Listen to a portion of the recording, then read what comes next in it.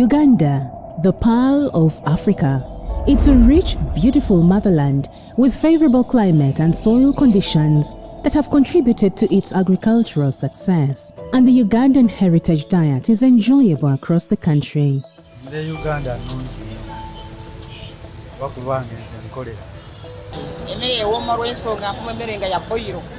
But toxic agrochemicals and pesticides are now posing a serious health and environment threat. Fake agricultural inputs. These companies need to be sued. It's a bit of a doubling of cancer cases that we are seeing at the Cancer Institute. mancozeb 80%. Stop it! That's what we are saying.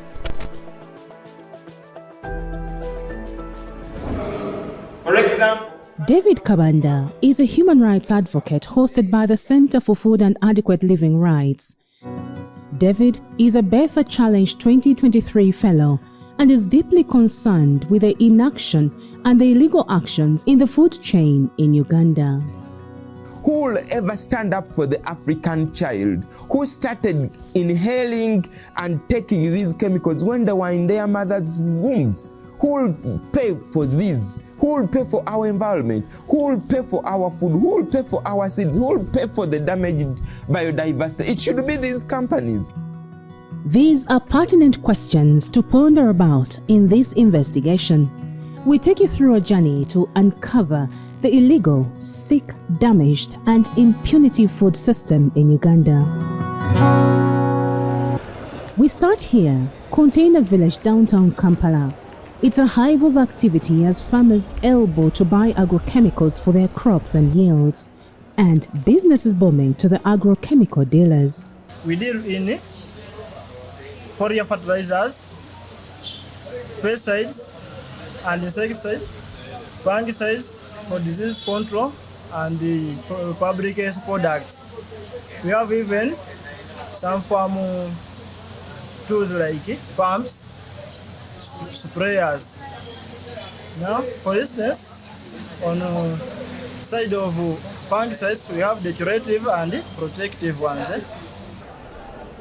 This village is a one-stop center for farmers within and outside Kampala, Uganda's capital city, for all their agricultural needs. According to the Ministry of Agriculture, Animal Industry and Fisheries, under Section 4 of the Agricultural Chemicals Control Act 2006, as at 6 October 2021, it lists a number of registered agricultural chemicals and local distributors. In this document, we will pay attention to the active ingredients and concentrations and name of the registrant columns. To highlight a few, in Calcia formosa 300 Popeye strip active ingredients with a registrant as Copat Biological Systems, Kenya. Mancozeb 800 grams or kilograms active ingredients with a registrant as Zagro PTE, Singapore. Amblycellus califoricus 25,000 box with Copat Biological Systems, Netherlands. Dimethoate 90 grams or kilograms plus mancozeb 660 grams or kilograms under Basif SE, Germany. Mancozeb 500 grams from Bharat Insecticide Limited, India. Mancozeb 800 grams or kilograms from Cerex Agric, France. With detailed attention to this document, we highlight the interest in distribution of mancozeb by most dealers. It dominates the list, and this will be of interest in our findings. When it comes to inputs, many people are applying chemicals that are dangerous to life. Chemicals that have been proven by science to be carcinogens. For example, we have a particular chemical that is used in vegetable growing called mancozeb. It is banned in other countries, including EU. But when it comes to Uganda, we still have EU companies importing this particular chemical. And many people in Uganda, farmers in Uganda, are using it not knowing that this particular chemical is a carcinogenic. It causes cancer. No wonder we have a rising trend of cancer. Many people in Uganda now dying prematurely before they make 65 years because of cancer.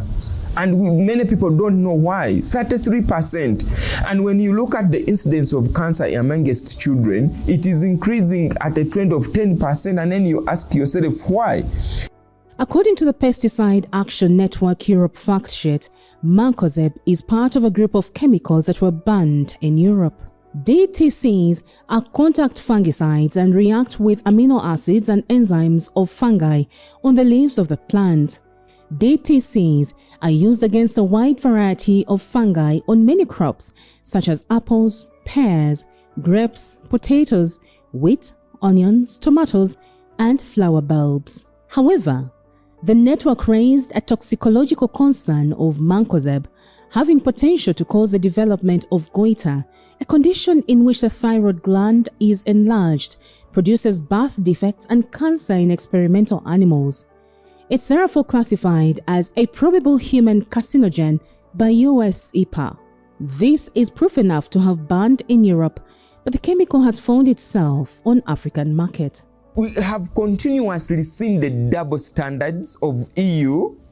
When you ban in EU such a chemical like a mancozeb, but you go ahead and issue export licenses. That is not only illegal, but we think that it is a crime against humanity. If you have come up to make a conclusion that this chemical cannot be grown in our EU, it cannot actually, if a product has been produced by this chemical, cannot actually even be exported to us. Or why would you give export licenses to your companies to export to other countries? You have a duty to protect everyone in the world under international law. Why should you go ahead and issue export licenses to your companies to export to us? For such that we die because we are not human beings or what? It's not only double standards. For me, it is not only even illegal, but I think it is a crime against humanity. While speaking at the Organization of Africa, Caribbean and Pacific Parliamentary Conference in Brussels, Belgium early this year, the Deputy Speaker of Uganda's Parliament, Thomas Tayebwa, slammed EU on export of hazardous products to developing countries. If we made a resolution or communicated as a team, as one unit from here, and we are telling the European Union, be transparent. We are all human beings. We all have red blood. You don't have blue blood. And for us, we have red. The milk that can kill an European can kill an African. The pesticide that can cause a cancer to an European can cause cancer to a Caribbean. So why are you allowing dangerous products to be manufactured in your union and be exported to other countries for consumption? Stop it. That's what we are saying, that we speak as a team. But I'm really concerned, Madam President. And Uganda's Ministry of Agriculture is not dropping the mantle in the usage of these chemicals. As long as we stick to the right doses, as long as we don't abuse, as long as, for example, when we are applying fertilizers, we first test the soil to know the deficiency, and then we apply only that amount that is required. And then we take precautions like a buffer between water bodies and our garden. We recommend about 100 meters from the water bodies so that agricultural chemicals don't flow into the water bodies. So as long as we observe all this, then we shall be able to manage. As the Minister of Agriculture emphasizes the precautions they are taking, we check out this firsthand. In Jita village in Gayaza, one of the suburbs, we catch up with Semalulu, a prominent tomato farmer who has mastered and religiously used different agrochemicals on his tomato gardens. Today is a busy day for him as he prepares to spray his garden and he's diagnosed an assortment of chemicals. Semalulu mixes his chemicals one by one, from this powder form to syrup-like chemicals, and he's keen to have the right measurements for the mixture. Erina okufuuyibwa nga lyo indofiru lyoba olina oliteekamu buli wiiki okuuma ebikoola eryo lyena ery'obunga erya bulijjo. Kati nenteekamu ne kavigamax kaba kagimusa, nenteekamu ne dudwasemectin naye akola ku kigenge n'obuwuka obuwukawuka obulumbalumba ennyaanya ogimogolamu ebituli. This mixture is a chemical weapon he has used against and pesticide over the years, and to him, it's no regret. Okulabirira ddagala, okusingira ddala bya ddagala, kufuuyira, kuba zigenda na ddagala. If I talk about mancozeb, do farmers know the active ingredients? We know that farmers add a concoction of too many chemicals. Someone will pick 2,4-D and then they add. They want this insect to die immediately. And maybe the manufacturer did not even think about that. So it is your role. You have cheated Ugandans. You have killed Ugandans. You have continued and you don't care whether we die or not.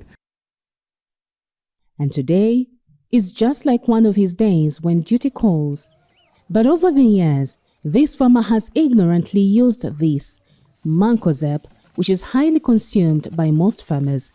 He has no idea of how toxic it is.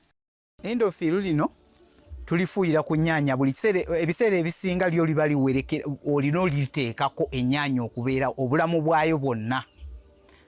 Naye kuliko era ebigambo nga mancozeb 80%, naye nze sibitegeera ki kyebikola ki kyebitegeeza, naye era kubaako n'okulabula obulabe obuliriko buli kimu fuuyira ng'oyambadde bootusi masiki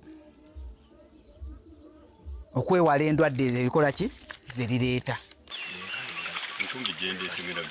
Most farmers have exposed themselves to these hazardous chemicals due to sheer ignorance. They work without any safety precautions, and the repercussions may be harder. The risk of harm from exposure is the concentration, the way you mix it, the way you dilute it, and the duration of exposure.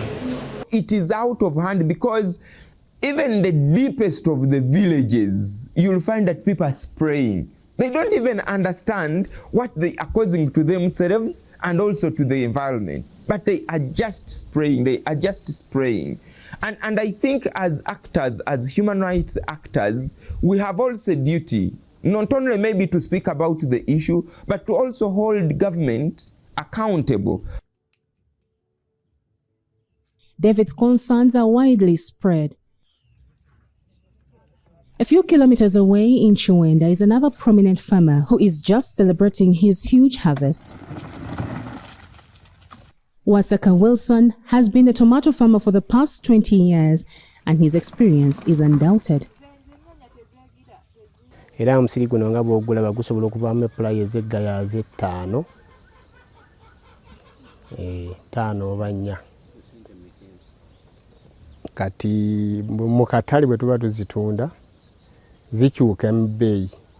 Oluusi ziba ku 35 mu biseera bino, oluusi ne zibeera 4.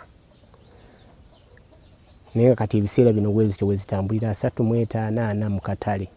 Wilson's secret recipe to the magic harvests is one. Nzirabirira nga nteekamu ebigimusa eby'omu ttaka, ne nteekako n'ebyokubikoola eby'amazzi okufuuyira obufuuyizi. Awo ziba zisobola okujja, bw'ozirabirira n'obuwuka okuzijjanjaba endwadde buli ezirumbagana, zisobola okujja obulungi. He is now sorting today's harvests. This is what you and me will have to buy from the closest food market. We now head to one of the markets where Wilson takes his supplies for sale. This is Kalere Market, one of Kampala's busiest food markets. An assortment of food items ranging from fruits, vegetables, bananas, potatoes, and lots of food items. According to Food and Agriculture Organization of the United Nations, 89% of the population in Uganda is food secure.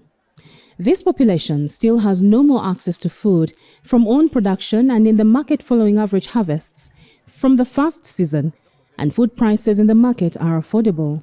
The traders here are cashing in.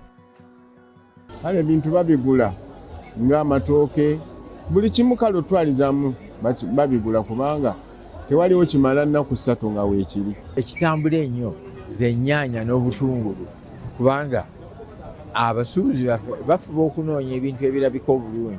But this businessman has a strange testimony. He's lost friends to cancer and he painfully and urgently needs help.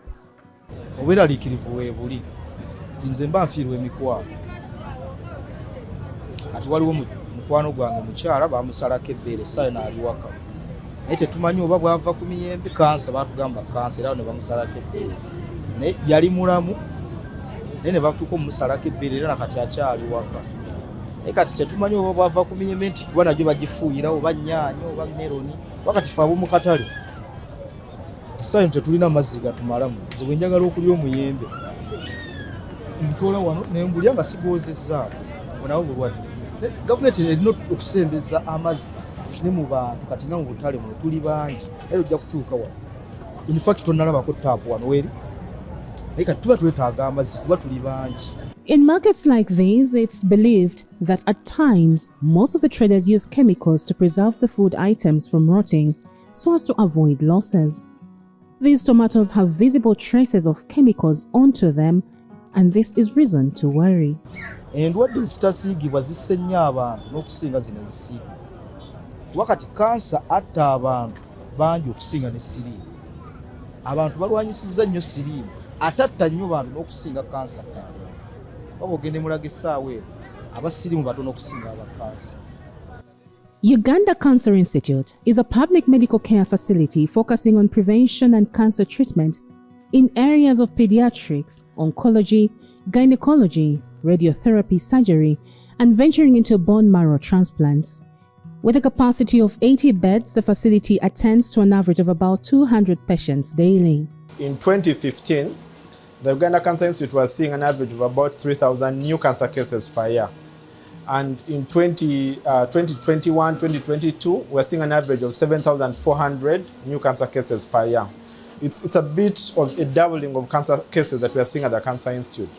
This reflects an increase in the number of cases nationally that are developing every year. And the current estimates are that we are seeing an average of 34,000 new cases of cancer every year. And as you can imagine, the 7,400 is about 20% of all the new cancer cases in Uganda.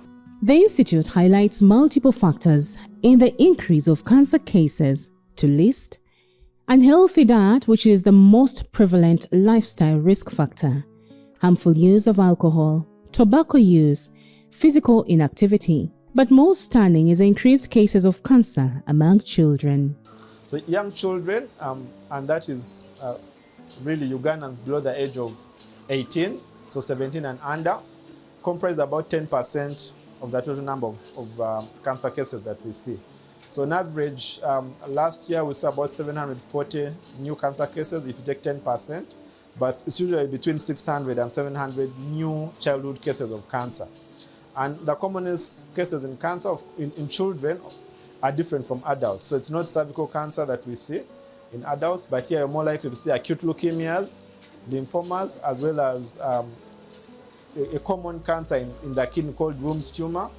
It's a childhood kidney cancer, and also sarcomas. The advantage of children, almost all the cancers in children are curable.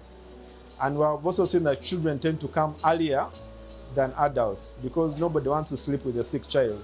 Our food system is sick, and then the players are doing illegal things. And the players, I mean, not only government leaders, but also the private sector, including people who would think that they are growing food for people, starting from farmers, doing many things either ignorantly unknowingly but with a lot of impunity. This process of a cell turning into a cancer cell is called carcinogenesis.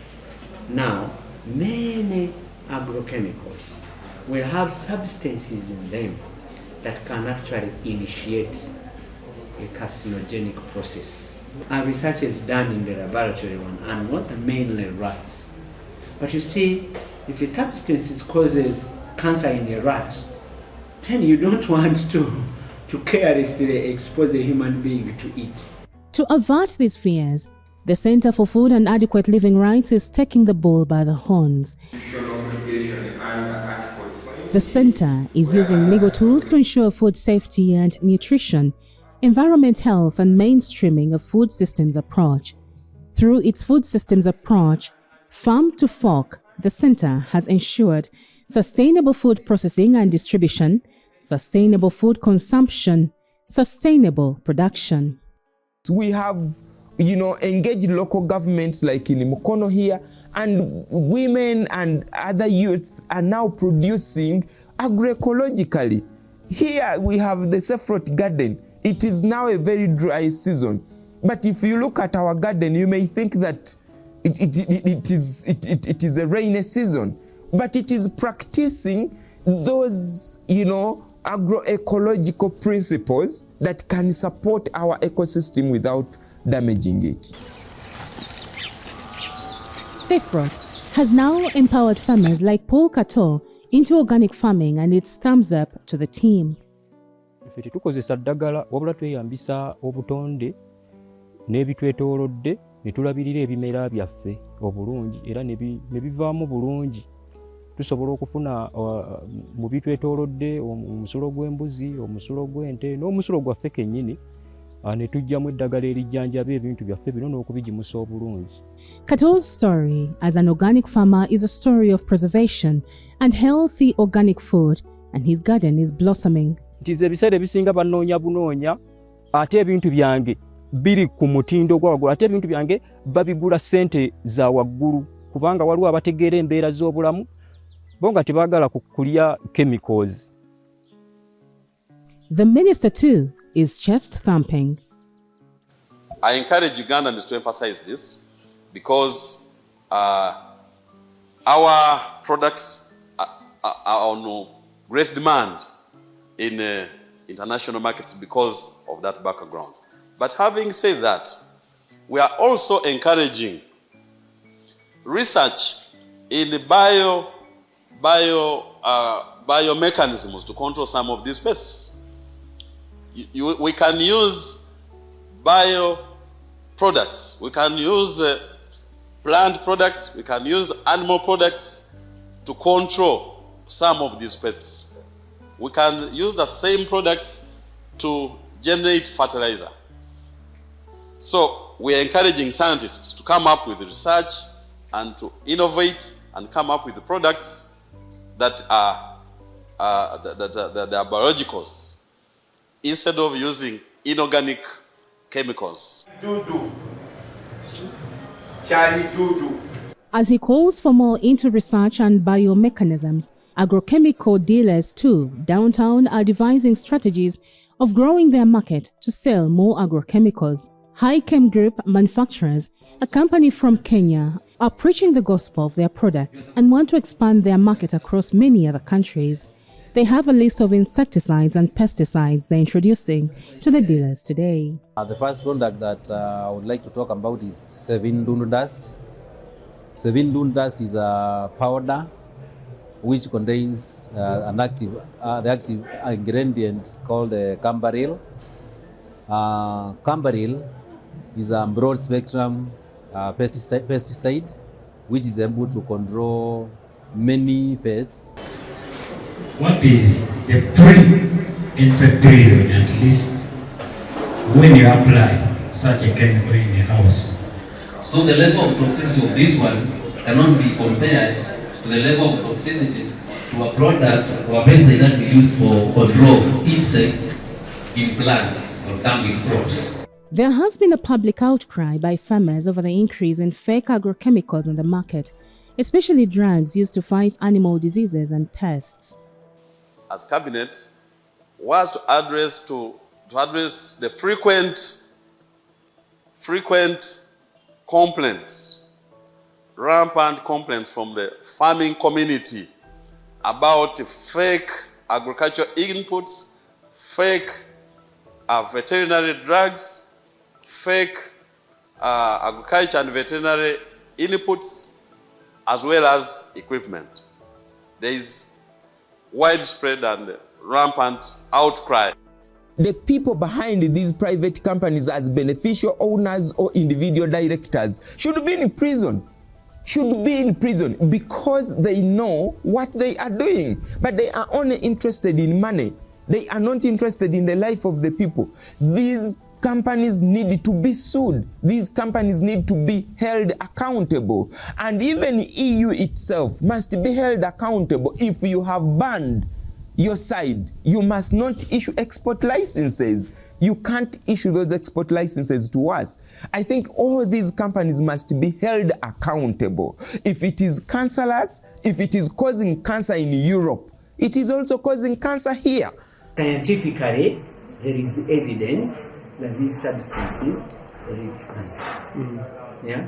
So the appeal that people should be cautious and we should all be responsible, government, civil society and everybody, is really scientifically based. The government is now devising means to curb this by formulating a law. This is a multi-sectoral approach the government is taking, but according to Uganda's Ministry of Health, more needs to be done. And we've set limits for how much should be there. Because, you know, getting 0% of a hazard is a little bit tricky. So we work hand in hand with Uganda National Bureau of Standards to set minimum levels for each of those dangerous agrochemicals that could have been identified. And it is from those, once you get that information, then we work and set limits. You could say maybe this one could be 10%, for this hazard it could be 20%, depending. And of course, once you're going to set limits of standards, you have to have something which is achievable. Then if it's not achievable, then you say maybe we ban that substance in the food. But in Uganda, we are still in the process of sorting ourselves out to make sure that we enforce many of these standards. As authorities continue to ponder on how to effectively manage the widespread use of dangerous chemicals, farmers like Semalulu will continue to consume these agrochemicals. Ugandans will enjoy their finger-licking meals, and the cancer statistics will continue to worry the health sector. It's a danger. It's a necessary evil. So we want to see how do we avoid it. We're eating more processed foods. We're eating more non-natural, more refined foods. And there's evidence that these actually contribute to a certain percentage development of colorectal cancers and a number of other diseases. So the recommendation really is to go for natural foods, less processed foods, in order to improve the quality of life of the individual, but also the nutrition of the individual. So nobody is safe until when everybody is safe. You have the power, use it. The time for action is now.